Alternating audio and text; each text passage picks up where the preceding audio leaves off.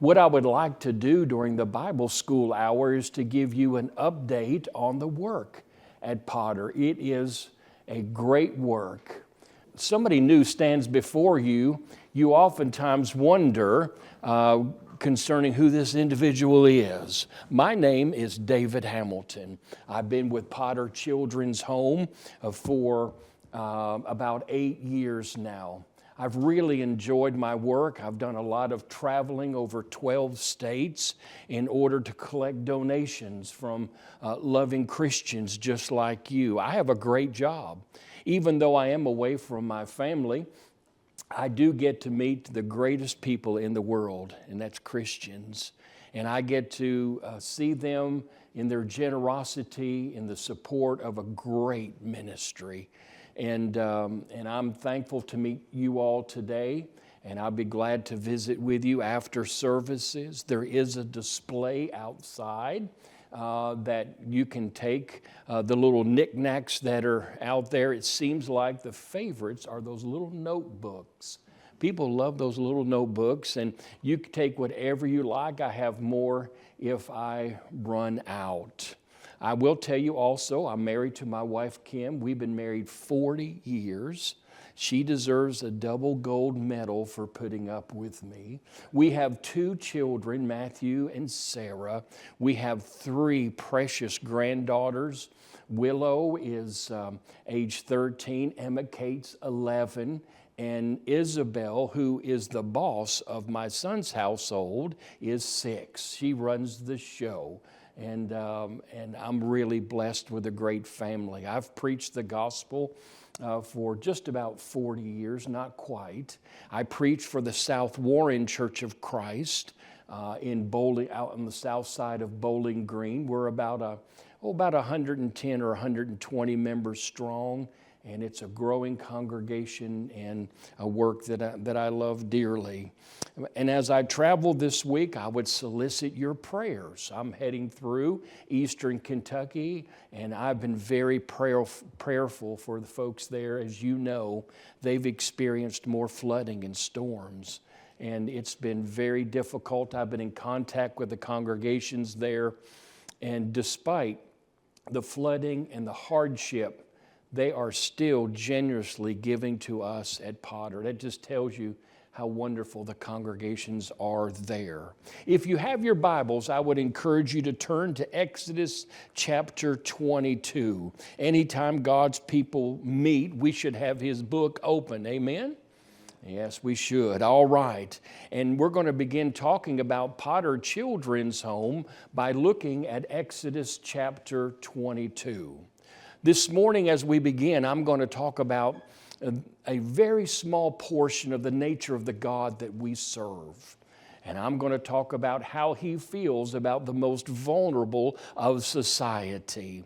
If you look at Scripture, it is obvious to see and to read that the 2 groups that are most vulnerable in society are the fatherless and the widow.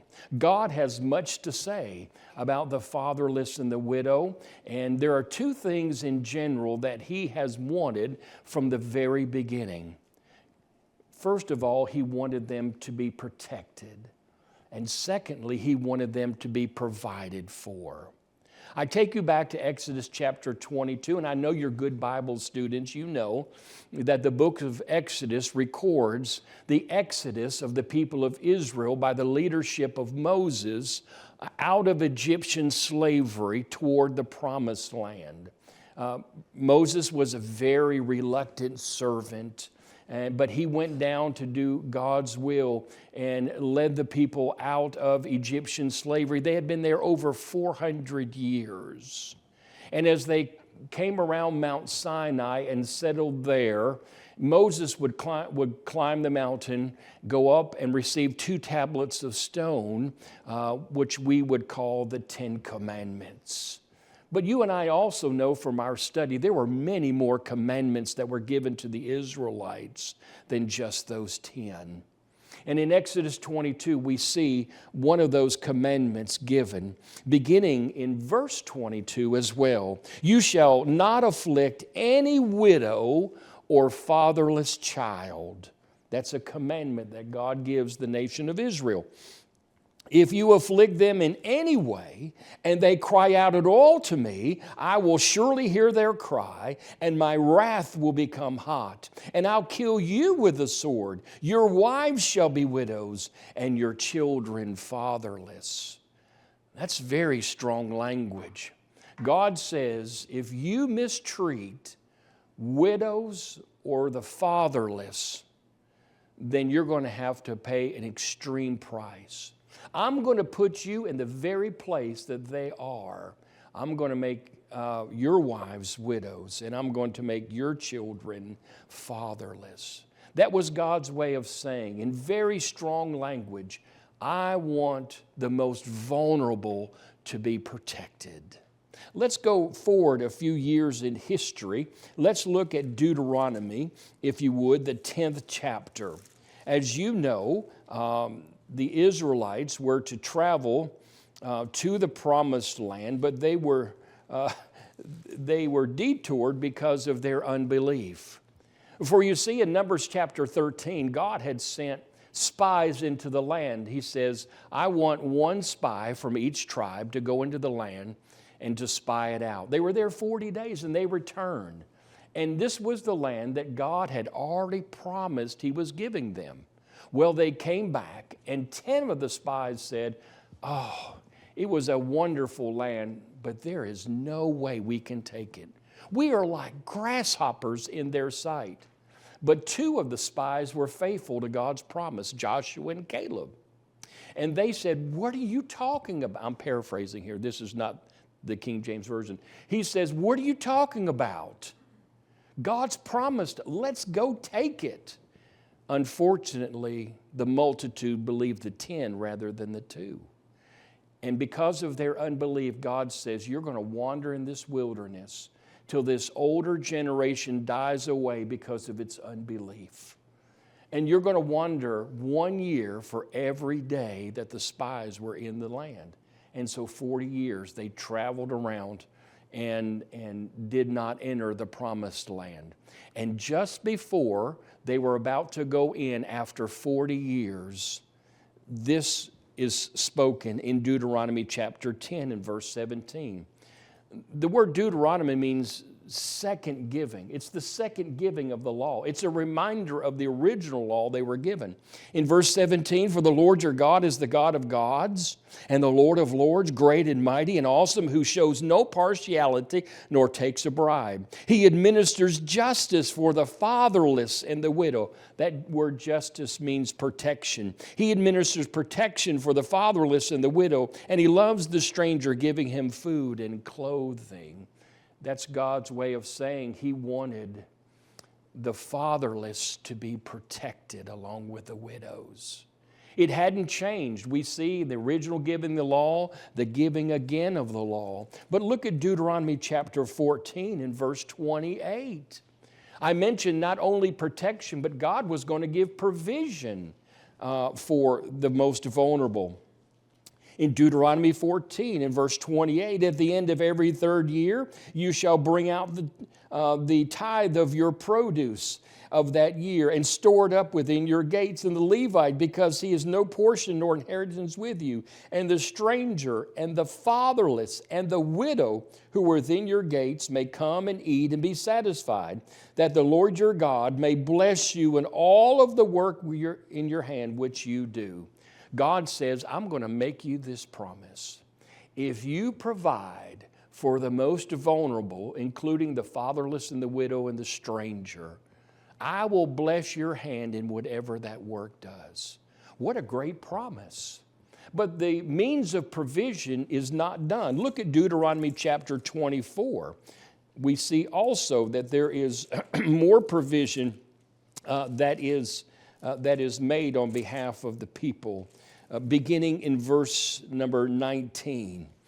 It says, when you reap your harvest in your field and forget a sheaf in the field, you shall not go back to get it. It shall be for the stranger, the fatherless, and the widow, that the Lord your God may bless you in all the work of your hands. There's that promise restated by God.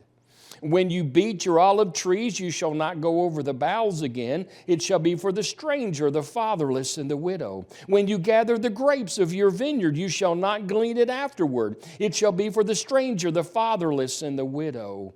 And you shall remember that you were a slave in the land of Egypt. Therefore, I command you to do these things. Provision for those who cannot provide for themselves. It's interesting to note the very last verse that we read. He reminds them of what it was like in the land of Egypt. Well, why did God tie that in? I believe He did so to remind them how hard it was for them in Egypt, and to compare it to how hard it is for a widow or a fatherless child to exist. You struggled in Egypt, and these folks struggle every day in life. They need to be provided for and protected. And you're thinking to yourself, well, Dave, that's wonderful. I agree with everything that God wanted to do, but this is the Old Testament. This is the law of Moses. We're not bound by that law. And I would say you're exactly right. We're not bound by the law of Moses. But our God is the same yesterday, today, and forever. His nature does not change. And so we look in James chapter 1 in the New Testament, and we see that indeed we are still to provide for and to protect the most vulnerable of society. God has not changed. We are bound by the new law. We are bound by the law of Christ. We are bound by the New Testament. James chapter 1 verse 27, pure and undefiled religion before God and the Father is this. If you ever had a question in your mind, the perfect and pure expression of what your belief in your religion is, what should I practice? This is what he says. To visit. That word literally means to look after, provide for. To visit orphans and widows in their trouble.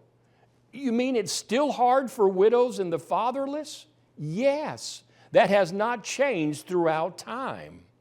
It is a struggle to be a widow or a fatherless child.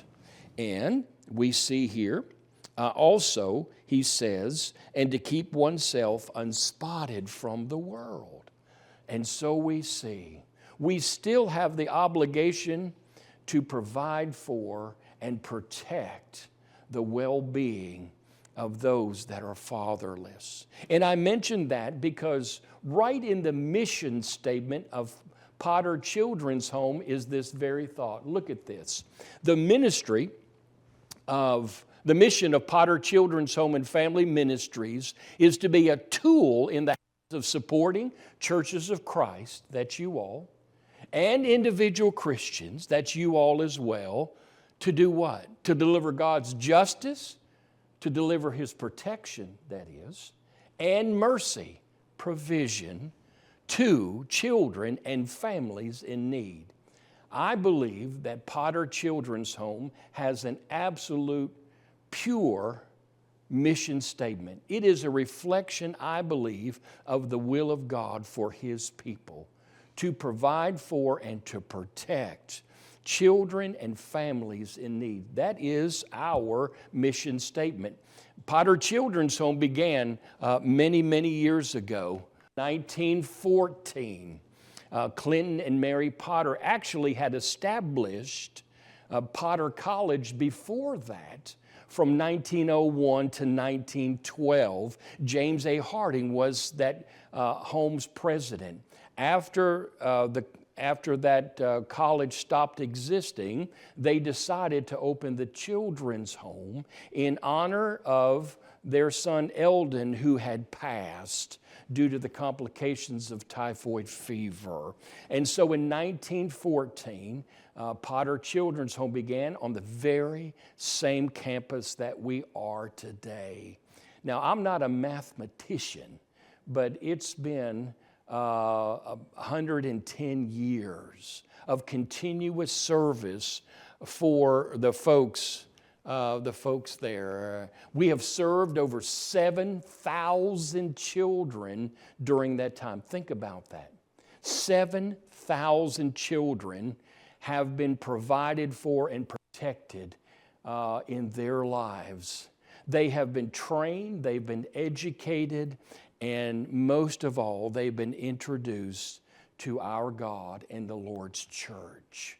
They've gone on and done great things in the communities where they live. I go all sorts of places. Like I said, I travel 12 states. I go to literally hundreds of congregations that support our work. And invariably when I go, I hear of somebody that says, my mother was at Potter, or my uncle was at Potter, or I was at Potter, and I was there during these years. And I find it everywhere we go. And it's a wonderful statement as to the work of what we do. We serve about 60 to 75 children per year. That number's down just a little bit due to some circumstances that I'll talk about. One of the great things that we do is we provide Christian counseling for the children and also for the mothers that come to us on our campus. We have some great counselors. They do a wonderful job. All trained, all members of the Lord's church. They give good biblical counseling to the kids. And you can imagine children coming from the backgrounds they do, the things that they may have suffered as children, most likely things that have been suffered other than other kids. We try to provide a Christian home-like environment. There are 3 pictures up there. One is of a bedroom for the children that stay in foster care. They will have their own bedroom. They also have a living room as well, like it would be at your house. Watch television, play board games, have Bible studies. But then there's the kitchen table where they have meals. Now at Potter, we don't have a cafeteria where kids are brought, okay? They stay in their individual apartments with their mother or in the foster homes with foster parents there. Which, by the way, I'm going to take a 30-second commercial break on this. We need house parents at Potter. We need loving Christian couples, members of the Lord's church who are willing to dedicate themselves to ministry.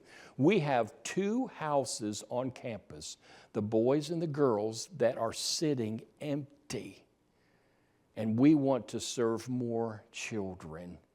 But we're having a hard time locating house parents. If you know of somebody, a couple that is members of the Lord's church, who would like to serve other children and their needs, please have them contact Potter Children's Home. They'll be sent to the right people and so on. We need help in this area because right now, like I said, our foster homes are sitting empty and we don't want that. When I first came there, they were full. I mean, full of children everywhere, and we want more of that if we can, please. We try to provide a safe place for the children in which to live, to let them know that we love them, we care for them, we're nurturing them, and they're protected from harm in this. Now, see, that's not a good picture, though. A boy buried up to his neck in sand. That doesn't look too safe, does it? He's okay. I promise you, he's all right. Our children are referred to us through different sources. We'll have a congregation to call asking for help, or we'll have public agencies referring kids to us as well. Our goal is to reunify the family. We tried to do that. It depends upon the family under consideration and their willingness to receive counseling as well. I love these great pictures, the older ones and then the newer ones of the kids that we serve. And it is a joy to see our kids on campus. We just had a huge event on campus. It's called the Strengths Banquet. And what we do is we praise all of the children and even the moms for their qualities, the strength that they have in their life, and they receive an award for that. And it's wonderful to see all those kids being praised and uplifted on that. We don't have any discrimination. If a child is in need and we're able to help, it doesn't matter the background of the child, whether it's an economic background, a social background, racial background, it doesn't matter. If that child needs help, we want to help that particular child. We have 3 ministries at Potter. We have the foster care ministry, of which I mentioned needs some assistance at this time. We're looking for house parents on that. This is the boys' cottage on campus. This is the Riley house. It has need of house parents, and we want to help out. When we do bring kids in, usually it's the ages of 6 to 18 years old. We're just best equipped for the foster care part to work with kids who are of school age. This is the girls' cottage. It's the Toddy house, and it has been completely remodeled. It's about 75 years old, and it was, they did everything, redid everything. They stripped it completely down, redid all the electrical and things up to code, and redid everything, all of the rooms. It is ready to go for house parents. That's the Toddy house. The meals are prepared for the kids in the home and not in a cafeteria. I just want to remind you of that. We believe that is important because of their future. Potter wants each child to have a good, positive experience. And I've seen, and I remember when the foster homes were open, to see the change in the kids' lives. It was amazing to see their transformation. The kids oftentimes would come and they didn't want anybody talking to them. They didn't want to talk to anybody. They were shut down because they had been so hurt in their life, and I understand that. Then our counselors would begin working with them, and they would realize that there was somebody who actually loved them and cared for them and wanted them to have a future, and they got a hold of that. And it just transformed them, and they began dropping those barriers, those walls that they had put up, and they would begin sharing their story with the counselors, things they had been through. The counselors would equip them with things that they would need to work through that. And then the child would be on campus, and you would never know that child ever had a problem. It was amazing to see the transformation. I remember one child, I just saw him the other day. He was working in the community full time, and I saw him, and I said, "Hey, how are you doing?" "Oh, I'm doing great. You know, I'm got my own place. It's wonderful." And he's working, but I remember when I first met him, I was asked one day to pick up the children from the local high school, and so I took the Potter van. And I had not met this young man before. He was a newer person on campus. And he was the last one to board. And I said, "Hey, how are you doing? Did you have a good day today?" And he looked right through me. I mean, he didn't say a word. He just went back there and sat down. And I drove back with the other kids back to the Potter campus. About 6 months later, I was asked to go pick up the kids again. I'm the emergency reserve person on that when I'm in town. And so I go pick him up, and he comes to the van. He opens the door. I said, "Hey, man, how are you doing? I haven't seen you in a while." I said, "Do you have a good day today?" He said, "Best day of my life." And I said, "What?" He said, "Best day of my life." He said, "I went out for orchestra and band, and I made first chair." And I said, "I didn't know you were into music." "Oh, yeah, I love all kinds of music." Well, I couldn't get that boy to shut up all the way back to Potter. He just talked about music. I loved it. It went from saying nothing to "don't talk to me" to "I can't stop talking about what I really love." And so that's the kind of transformation that takes place for the children. and the positive experiences they have. And I need to change that picture. What could go wrong with two girls in a tree with one with the arm around the other's neck? I mean, come on. I need to change that, I think. But anyway, it is a positive experience. They have access to transportation for the folks on campus. It's required that they be at services Sunday morning, Sunday night, and Wednesday. That's all a part of the training and the care and nurture for these children. And the staff is required to do that as well. And they have access to that. And I do need to change this. The children attend local or private schools. This is the newest one. I'm so grateful that many of the children now attend Foundation Christian Academy. It was started about 20 years or so ago, maybe more than that, by members of the Lord's church. It is completely staffed by members of the Lord's church to this day. They go from preschool all the way up to now high school and graduation. They have about 450 students. It is an outstanding school. And our children have the option to go there. And I think that's awesome because it gives them even more training in the Lord and His ways. So that is really, to me, exciting news. We have an off-campus ministry as well that people are trained by Potter to take care of the children. They have counseling as well. The second ministry beyond foster care is the single parent family ministry. This was started in about 1990. It is an excellent ministry. We have 17 apartments on campus getting ready to complete a quadplex of 4 more apartments that should be finished soon. I think they said originally April, but it's going to be later on in the year. And so we have apartments available for single moms and their kids. This ministry means the world to me. I was raised by a single mother, 6 kids. My dad came in one day and said, "Don't love you, don't love these kids, I'm out of here," and he ran off, okay? And I remember how hard it was for my mom to provide for 6 kids with no assistance. It was very, very difficult and a very hard life. But my mom did it.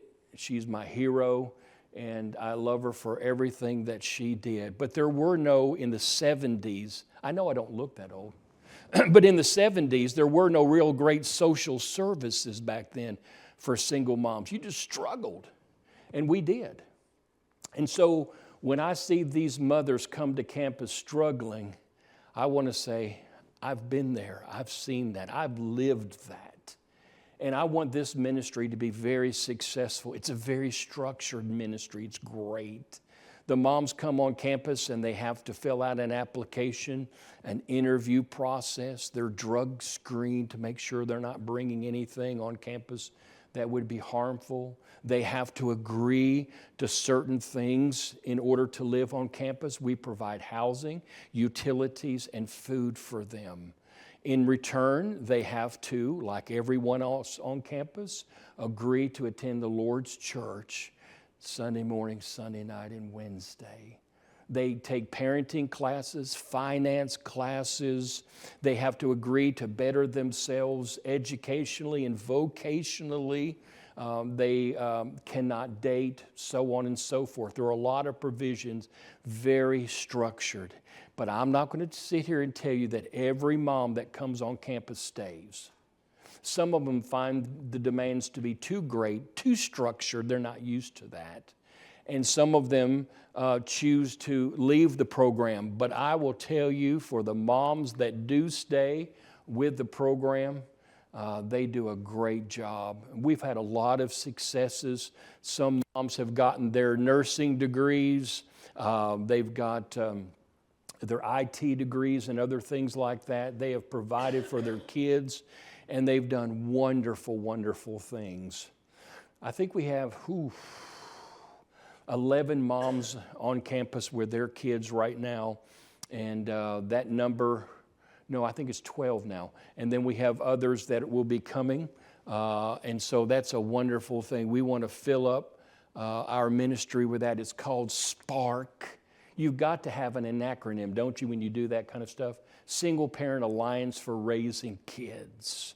And we've got a wonderful family services staff that does a great job helping with the moms with them. And our moms do great things. I love this program. I've met many of the moms, not all of them yet, but I've met many of the moms and their kids, and they are doing marvelous, marvelous works. And you can read about those kids in our newsletter as well. I know all of these moms. I've seen them on campus as well. And so it is a great ministry. That's the second one. Our foster care, we need to bolster it. We've got our single parent family ministry. And then the third one is also important as well. I'm going to show you some of the houses on campus that have apartments. This is the Perry House. And it was the first one that was built in 2009. The two outside structures are parents for the moms, and then the middle one is for a mentor couple that would help out the moms on campus. This is the Mealer house. I call it Mealer Mansion. You like that? That's pretty cool, isn't it? Mealer Mansion. It's got 4 apartments. That's the quadplex. It's 1 for the mentor couple and 3 for the moms. Here's the newest one in 2020. This is the Rowe House, R-O-W-E.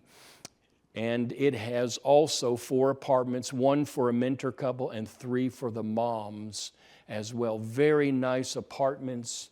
I think most of them are 3-bedroom, 2-bath. I'm pretty sure on that. I should have checked that out before I came, but that's the Rowe House. And this is a picture of campus. The very front to your left, the smallest building is the administration building. That's where our executive, Ralph Brewer, has office. Our financial guru, Tony Emberton, is, and so on and so forth, receptionist. That long building behind that is where we have our counseling staff, family services offices. And then the number 3 building behind that is the most important building on campus. That's where my office is. No, I'm just kidding. Okay. All right, just want to see if you're listening. Number 11 back there is the gymnasium, and behind that are the, and this picture needs to be updated, are the apartments, the quadplexes. That's Perry House. That's Mealer Mansion. The one that I show you is the Rowe House, and this one being built right now is going to be finished later on this year, and we've got plans for more housing and so on and so forth. This is the Toddy House. This is Riley House on campus as well. And there's another one here, apartments for the single moms that have been converted. And so the campus is 40 acres in size, plenty of room, nice campus, really good playgrounds for the kids. It is a wonderful, inviting place as well. All right, that is indeed our campus. We have a third ministry that's very, very important. We have the foster care, the single parent, and then the transitional ministry. Now, if you know anything about foster care, a child ages out of the program at age 18. They are expected to take care of all of life issues on their own by 18. Do you know any 18-year-olds that are able to do that? I tell you what, when my children were 18 years old, they weren't even a second cousin close to ready to leaving.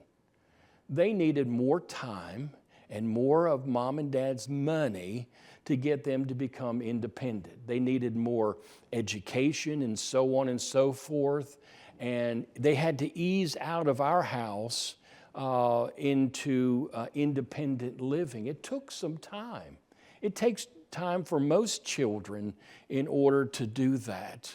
And so we have provided a transition ministry for our young people who age out of foster care in this. We want to let them know that we love them.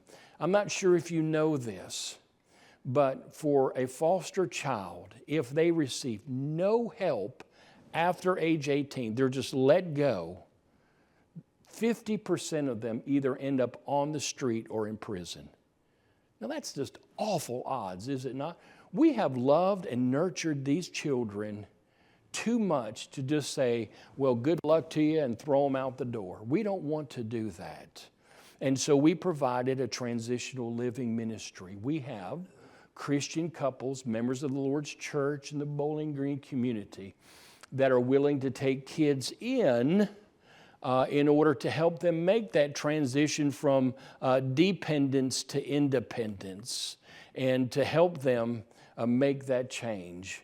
That way the kids can go to school and have a place to come home to. Now just think about this for a minute. Let's say a child's at Potter and they decide that they want to go to the University of Kentucky, all right? So they leave to go off to the University of Kentucky, and they make it through their first semester, they're doing well, and they have their holiday break. Where are they going? They won't have anywhere to go. They need somewhere to go. And that's why we have couples that are willing to say, hey, they can come back to our house. They can stay there during their breaks and so on and so forth. Or for the kids that want to work full time, they need to have a place to live in order to work full time, to make enough money by which they can get their own place, their own transportation, so on and so forth. And so we have this transitional living ministry. We provide counseling for these kids because, first of all, they came from a very difficult, challenging background. And then they came to Potter, but yet they haven't really experienced how the world works. And sometimes it's overwhelming. And so they need some help. And so we provide the counseling that they received while on campus, off campus as well, as they transition. And it has been a very successful ministry, a great work. And these mentoring families are wonderful, wonderful people. And so those are the three ministries that you all help support. The foster care, the single parent family ministry, and also the transitional ministry. We go from start to finish with children, and we want to help them. And I have seen so many children leave Potter and do great things. And we want that to continue, but we need your support, because you know how many state dollars we take in every year? Zero. None. Every ministry that we have is a result of the generosity of the Lord's church. And you all have supported us, even through the hard times of COVID and other things. The Lord's church has helped us to do the work that we need to do. We don't want any state funds, and here's why. Whenever you take state money, strings are attached. They can make requirements that may interrupt our ministry. We want our kids to be able to go to the Lord's church to learn about one God, one body, one Lord, one faith, one baptism. Ephesians 4:4 and following. We don't want that interrupted. We're ministering to these kids and have done so for over 100 years in a very successful way. And we don't want that interrupted. So we thank you for all of the support that you have given Potter. And I want to let you know, I believe our money is used wisely. And I think it's used wisely at Potter as well. And we continue to be blessed so that we can be a blessing to others as well. Thank you so much.